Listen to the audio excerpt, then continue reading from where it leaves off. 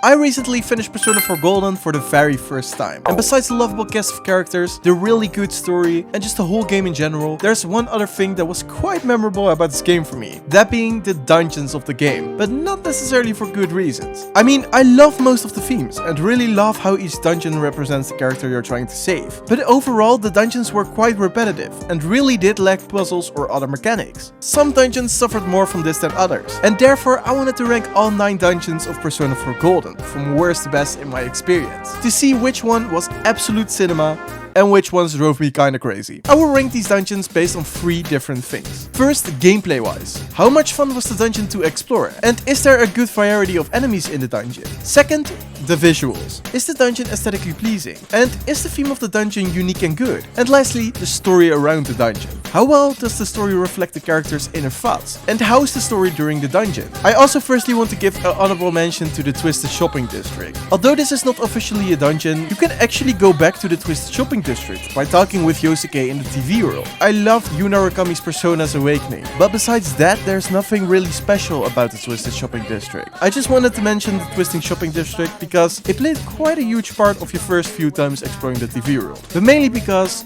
you guys can say I forgot it. My least favorite dungeon in the game is the Void Quest dungeon. I don't really know if this is a really beloved dungeon per se, but I honestly just didn't like a second in here.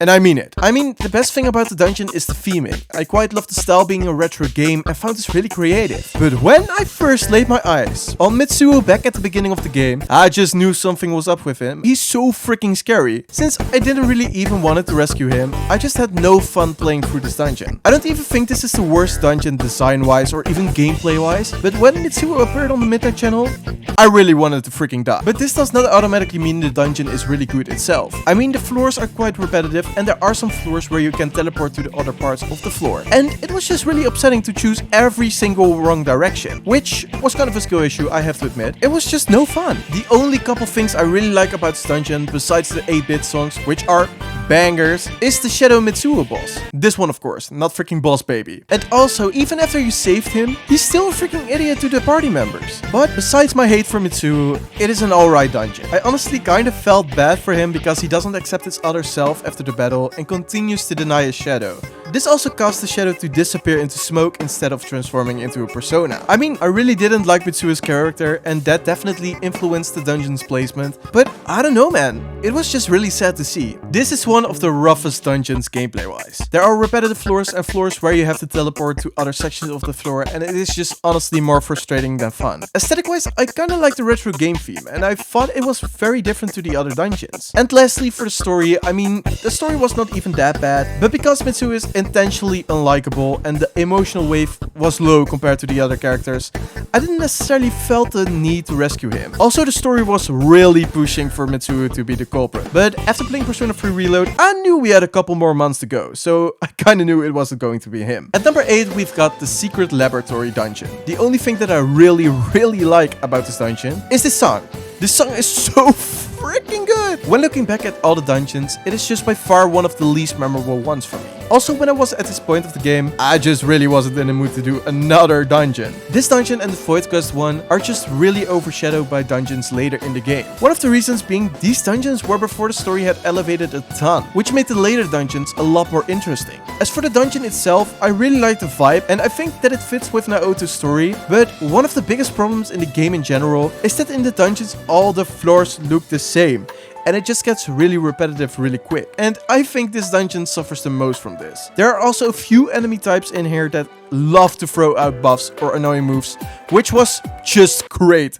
Exactly what I wanted. So I think this dungeon gameplay wise is the worst one. I really love the boss's design, but this was the beginning where I was just a tiny bit over leveled. So it was super easy to defeat Shadow Naoto. This dungeon is just by far the least memorable for me. The theme is great, the build up around Naoto is good, everything is there, except the dungeon itself basically. It was honestly just a drag to play through. The dungeon has just not really anything interesting to it, and I think that's kind of a shame. I mean, Naoto is a pretty well written character, but I think it's also because it's before the story elevates a ton. So it was becoming quite repetitive to do all these dungeons. At number 7, I've got the last dungeon of the game, being Yomotsu Hirosaka. I probably did not pronounce it right. This dungeon is honestly a bit weird for me. I mean, I think it really works well in terms of the story, because by this point you're so close to the end of the game and the game is building up so much tension. But when it comes to the actual dungeon itself, yeah, it's pretty plain. Also, big shocker, but I didn't really like the music in this dungeon. I know! It was just really slow and gave me this awkward and empty feeling, which is, I think, the feeling the game wanted to give you for this dungeon and for the story, but still, it was just a really awkward feeling. Almost the entire dungeon was just these empty looking hallways, and it kinda gave me the same feeling as in Tartarus, where there was sometimes literally almost nothing special on the floor. It felt like you just needed to find the stairs instead of exploring the place, and to the final boss at the top of the dungeon. The enemies were also not really that exciting either. A lot of them are reused, and therefore were the fights not really that memorable. Also, the pacing of this dungeon felt kinda slow, even though the dungeon itself wasn't really that long. That said, what really puts this dungeon above the secret laboratory and the void quest is just that the dungeon ties into the final piece of the story in a good way, and it did quite a good job of making you feel like something huge was going to happen. But the visuals of this dungeon were just not that memorable compared to the other dungeons. So even though I think it fits the story quite well, I still don't really like this dungeon. And if it wasn't for the story and the final boss, it would have landed even lower on the list for me. The story carried the dungeon for sure. You are finally going to get some answers you have worked towards for probably 60 plus hours. So that definitely carries the dungeon for me. At number 6, we've got the Hollow Forest dungeon. I think either people really love this dungeon or actually think this dungeon is pure shit, and I am kind of in the middle with this dungeon. What really sells the dungeon for me are the visuals, but foremost just the ending with Marie, who finally feels like worth living. But this dungeon gameplay wise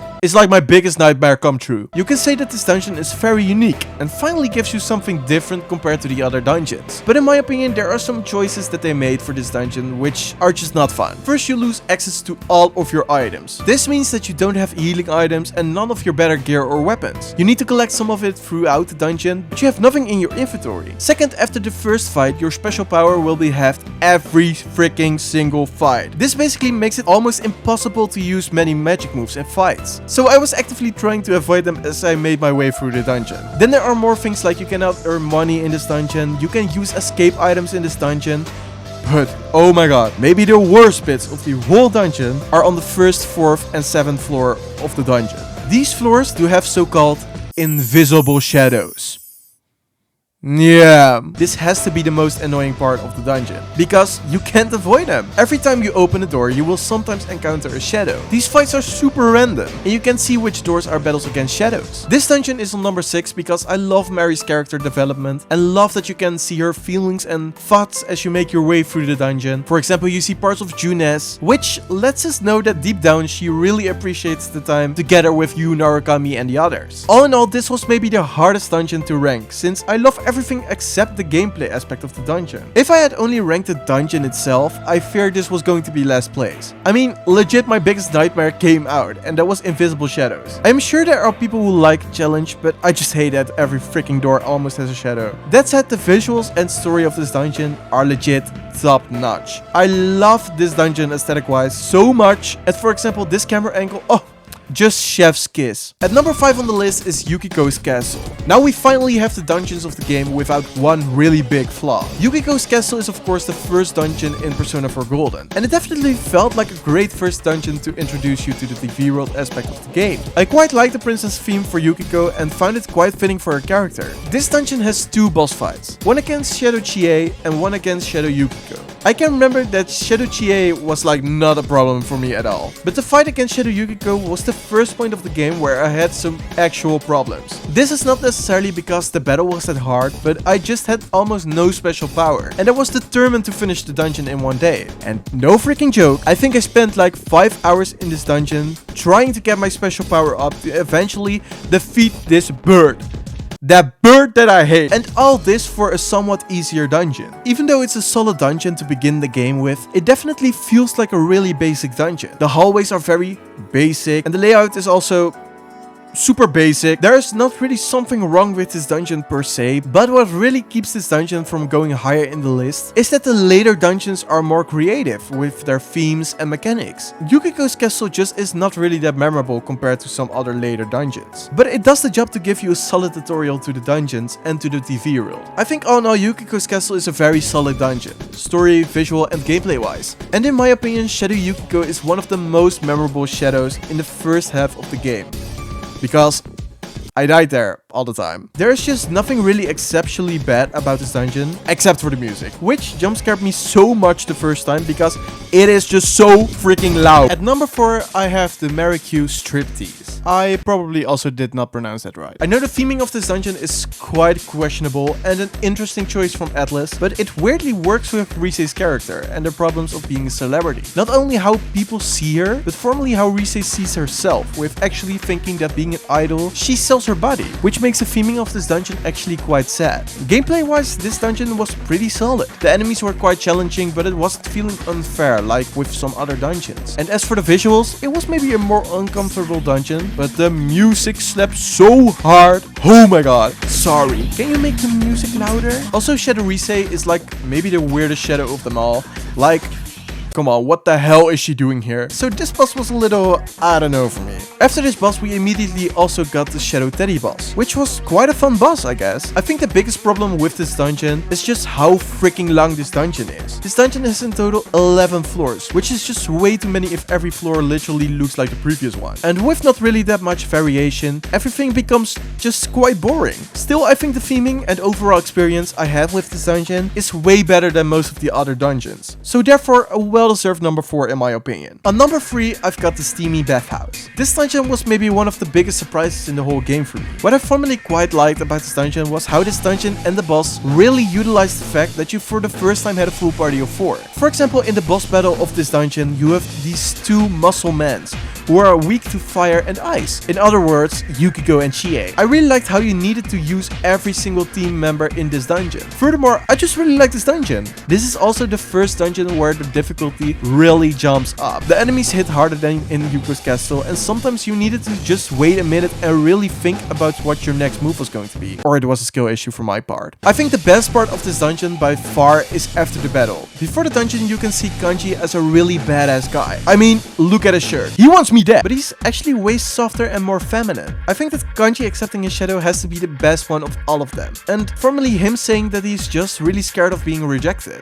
I think also a big part of why this dungeon is above Rise's dungeon is that I just wasn't expecting this from Kanji. I thought he was going to be a real pain in the ass, but instead he became a really fun party member and a really well-written character. This dungeon's biggest problem is the same with Rise's. It is just way too long. Exploring this dungeon became, at the end, of course, a little chore, but this banger got me dancing, bro. What the hell? For number 2, I have Magatsu Inaba. This one and my favorite dungeon are the only ones which I really enjoyed every single second of. Okay, maybe not every second, because in this dungeon I needed to grind for golden hands for a specific item which just did not drop. I literally did this for what felt like 6 hours for one stupid side quest. But enough about that. This dungeon is for sure one of the best dungeons in the game. Of course, the story hits its peak and you finally know who the real killer is. And it is freaky Adachi himself. I need to say, it did not really come as a shock to me that it was him, but just to see Adachi angry and just seeing emotions in general sent some shivers up my spine. I also just really love this dungeon visually. Just a dark version of Inaba, with the danger and caution tape indicating his murders, of course. I also quite like that you had this main floor where you begin at and needed to fall through different holes to come down to the other floors. And then at the end you needed to come back at the main floor for the boss battle. This dungeon also for sure has the best boss battle in the entire game. I mean, it was just so crazy to see such angry emotions from Adachi. And then the moment we beat him, he transforms into Amano Sagiri, and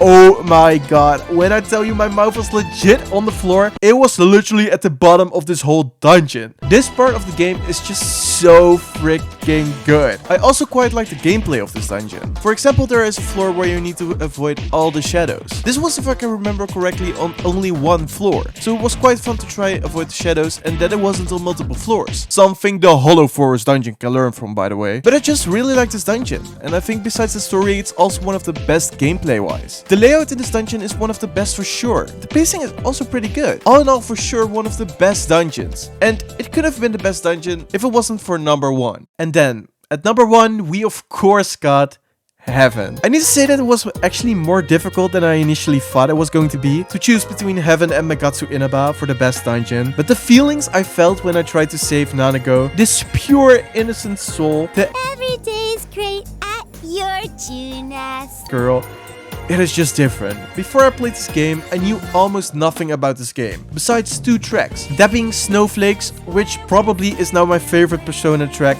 out of all the Persona games I have played, and Heaven. And then I already found it a banger. I need to say in this dungeon I had the complete opposite as what I had with Mitsuo. I was actively trying to avoid all shadows so that I could rescue Nanago as fast as possible. But when I was being ambushed by some shadows, I was so frustrated because this banger would stop. Because I was trying to avoid all the shadows and fought way fewer shadows than in the other dungeons, this dungeon gameplay wise was like a fever dream for me. But even the enemies I had to fight were at basically a perfect level for me to fight. Furthermore, this dungeon is by far the most visually pleasing. While every other dungeon has a dark atmosphere and dark colors, this dungeon has bright colors and just a really different atmosphere compared to the other dungeons. The best thing about this dungeon, besides the song, has to be its ending. The moment you finally reach Nadeko and realize just how much she's been through, it hit at me like a truck. It's not just another member who faces their other selves, but you can feel that this is everything the investigation team has been fighting for up to that point. The genuine fear of losing her and confronting Namatame being the culprit. No other dungeon in the game blends atmosphere, music, and story as good as this dungeon, and therefore it has to be my favorite dungeon in Persona 4 Golden. That was my ranking of all the dungeons in Persona 4 Golden. Although the floors were quite repetitive and sometimes the enemy variation was just not it, I quite like the dungeons of this game. I have yet to start Persona 5 Royal, and I really hope that the dungeons are better in that game, because starters in Persona 3 Reload and the dungeons in Persona 4 Golden are just kind of the worst parts of the games for me. Thank you so much for watching. Hopefully you enjoyed the video. If so, please like the video and subscribe to the channel, and please let me know what your favorite dungeon is in Persona 4 Golden and why, and hopefully till the next time. Goodbye!